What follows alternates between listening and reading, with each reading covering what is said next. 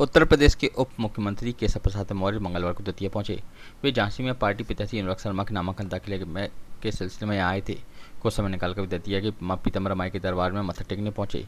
यहां उन्होंने विधि विधान से विद्वानों की मौजूदगी में पारंपरिक परिधान में पीताम्बरी माई का अनुष्ठान किया। इसके बाद उन्होंने बनखंडेश्वर महादेव पर जलाभिषेक भी किया। इस मौके पर उन्होंने मीडिया कर्मियों से बातचीत करते हुए कहा कि देश में प्रधानमंत्री नरेंद्र मोदी की सुनामी है। आगामी 4 जून को शाम 4 बजे 400 सीटों के नारे के साथ ही भाजपा देश में तीसरी बार सरकार बनाने जा रही है। इसमें अकेले भाजपा 370 सीटें जीत रही है, जबकि गठबंधन के साथियों को मिलाकर यह संख्या 400 के पार जाएगी। उन्होंने कहा कि भाजपा तोड़फोड़ की राजनीति विश्वास नहीं करती। इंदौर में अक्षय कांति बम के एन वक्त पर नामांकन पत्र खींचने को लेकर उन्होंने कहा कि कांग्रेस के भीतर उसके नेता सदस्य प्रताड़ित हैं, क्योंकि कांग्रेस SC, ST और पिछड़ा वर्ग की विरोधी रही है। इसलिए लोग कांग्रेस छोड़कर भाजपा में आ रहे हैं। दर्शन नहीं मिल पाए थे और आज उन्होंने कृपा करके दर्शन का अवसर दिया है। झांसी में भारतीय जनता पार्टी के प्रत्याशी श्री अनुराग शर्मा जी का आज नामांकन है। उस नामांकन के कार्यक्रम में आए हैं।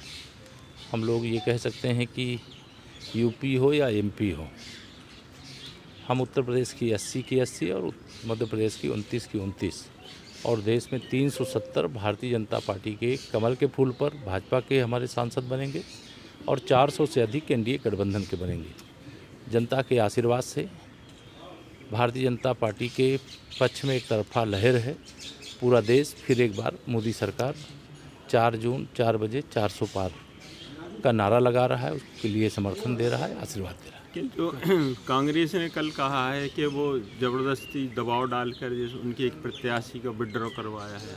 देखिए, कांग्रेस मुक्त भारत की ओर है। जो कांग्रेस के प्रत्याशी बनाए जाते हैं और अगर सत्ता के बल पे यह सब करना हो तो हम तो 400 जो सीटें जीतने का लक्ष्य रखे हैं, सब में प्रत्याशियों को मतलब उनका पर्चा निरस्त करवा करके उनको ज़बरदस्ती भाजपा में शामिल करा लें, ऐसा नहीं करते हैं। कांग्रेस के ही अंदर जो काम किए उनको भी कांग्रेस से घृणा हो गई है, क्योंकि कांग्रेस कभी भी देश के हित में, देश के बहुसंख्य जिसमें OBC, SC, ST है, उसके हित में काम नहीं करती। गरीबों के, किसानों, महिलाओं, नौजवानों के हित में काम नहीं करती। वो दुष्प्रचार करती है, माननीय प्रधानमंत्री मोदी जी को गाली देती है और रोज़ उनके लिए अपमान भरे शब्दों का प्रयोग करती है और जनता ने ठाना है मोदी जी को तीसरी बार PM बनाना। सर, कांग्रेस प्रदेश अध्यक्ष ने देवाशीष जरारिया को बीजेपी का एजेंट बताया है। किसको? देवाशीष जरारिया को। ये कौन है, मैं नहीं जानता। भिंड से DSP प्रत्याशी।